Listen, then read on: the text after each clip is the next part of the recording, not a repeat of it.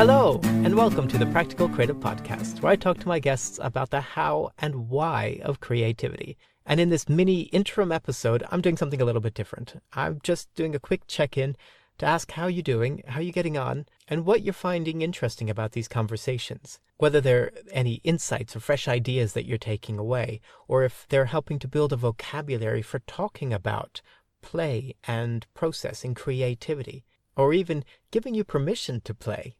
And as this is the practical creative, I'm always looking for ways to move from idea or insight into action, which is why I ask all my guests to provide a creative challenge that we can all engage with. And I would love to know whether you've taken any of those on, and if you have, how have you gotten on with them? Because there have been some brilliant ones across the season. In my conversation with Charlie Hohen, he talked about creating a play history, which is really simply just sitting down for a few minutes and making a list of some of the things that you used to do when you were younger that you did just for fun, that no one was making you do or incentivizing you to do. You just did because it was fun. Making a short list and then looking for a way to incorporate just 30 minutes of any of those in the next week and see what happens. In my conversation with Yashim Kunter, the play futurist, she had a fantastic challenge of tickling your mind. And this came from sort of a core idea that Yashim works with, which is the filter or the lens with which you look at the world. And for Yashim, she consciously practices looking at the world with really fresh eyes, looking for things that are funny and magical. And she encourages you to have a go at doing the same yourself. An example she gave was looking up at the clouds and thinking that how wonderful and funny that there is something up there that's just floating and doesn't fall down.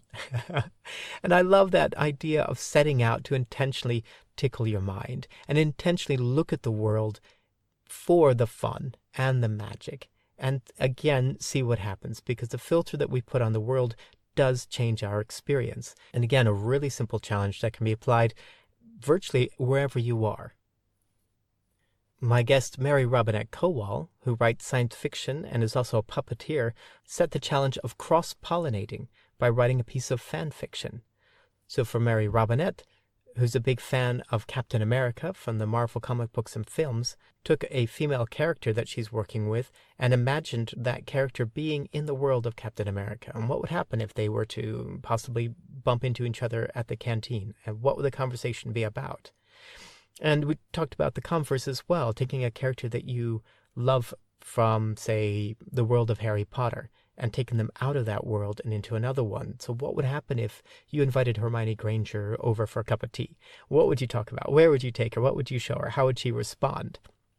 And what's great about this is that it's, one, choosing a world that you do enjoy spending time with, and two, there's no expectation of a finished product.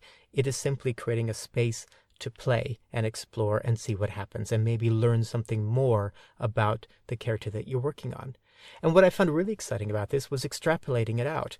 If you're not a writer, if you don't feel comfortable writing, how would this work in a different medium? How would this work if you were to take a particular motif or pattern or design or idea that you're exploring and put it into the style of an artist that you particularly love? If you did it in the style of Monet or of Jackson Pollock. Or conversely, you could flip it around. If you were Jackson Pollock, how would he approach this problem? If you were, insert the name of any artist that you particularly enjoy the work of, how would they solve this problem? Or how might they explore this particular idea that you're doing? So coming back to this idea of cross-pollination and doing it in a way that's just an experiment. So it gives you the space to explore an idea, to learn more about it, without necessarily having to point to what comes out at the end and say, that's the finished product. It's just a process, and see how that feeds back into what you move on to next. And finally, there was a brilliant challenge from Dr. Mike Rucker. And his challenge was linked back to the overarching theme of our conversation, which was living a deliberate life. How can we be more conscious about how we spend our time and make sure we don't drift or fall into habits that don't necessarily serve us any longer? And Mike's challenge was to do a time log, to just record what you do every hour for an entire week, which works out at about 168 hours, which may sound like a lot, but bear in mind that 7 or 8 hours of every day are spent asleep. And what Mike is asking you to do is just write down what you do, what are the activities you're doing in each of those hours, and then go back and assess how important those are to you. And is there a way of possibly challenging how you're approaching those? And is there a way of perhaps doing less of the activities you don't want to be doing and more of those that you do? And Mike has come up with a brilliant model. It's just 4 categories for measuring what those are and how well they serve you. One of the categories that Mike has is yielding, which would be the equivalent of watching TV mindlessly. So you're not actively engaged in it, you're just passively letting it go by. A second one is agonizing, when you're doing things you really, really don't want to be doing. And an example would be taxes. Then there are pleasing activities, which are fun with a very low level of challenge. And there's in Mike's play model, there's a brilliant drawing of a little stick figure just walking a dog. So it's enjoyable, but there's very little challenge. And then the final category is what Mike calls living, where you're getting a balance between something that's enjoyable, but there is also a degree of challenge. And that could be your creative practice, it could be your job, it could be being a parent, it could be any number of things. But it's that ideal balance of challenge and fun, so it's a rewarding place to be. And looking at how you're spending your time and how you can get more of those hours in your week into the top 2 categories, into the living and the pleasure quadrants. And if you're having trouble visualizing that, Mike has done a brilliant little drawing that explains what those 4 categories are, and you can find that on the website. And Mike has also provided a link to a really simple time log sheet that you can download, print, and fill out as you go throughout your week, so you can keep track of what those activities are. And again, I would love to hear how you get on with this and whether or not there are any changes that you might consider making as a result of taking on this challenge. And then the last thing I'd like to leave you with is a book recommendation. I've been reading The Inner Game of Tennis by Timothy Gallwey, and it is absolutely fantastic. Now, you might be asking me, why are you talking about tennis on a podcast that's about creativity? What's really exciting about the book is, although yes, the book is focused on tennis and tennis players, the underlying ideas are really powerful for both being a creative person and for extrapolating into the rest of your life. And essentially what it is that Tim noticed that tennis players had an interior dialogue. There'd be a voice saying, oh, don't do this, do less of that, that was terrible, why do you keep doing that, you should do more of this.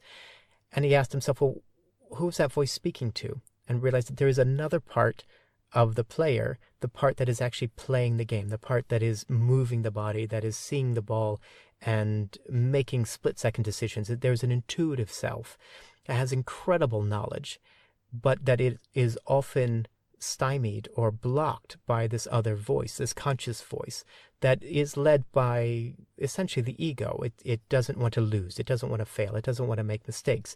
So it's trying to control the other self. And the book provides a brilliant vocabulary for assessing what is that dialogue that is happening and how healthy is it.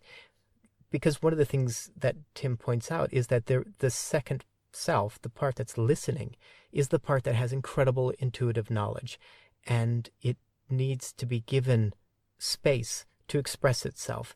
And he talks about ways of rebalancing that relationship so that the conscious self is given either other things to do so that it doesn't get in the way, or it learns to, you can almost train yourself to give more value to the second self, the intuitive self, the self that's actually playing tennis or actually moving the brush across the canvas or actually molding the clay, whatever that action is.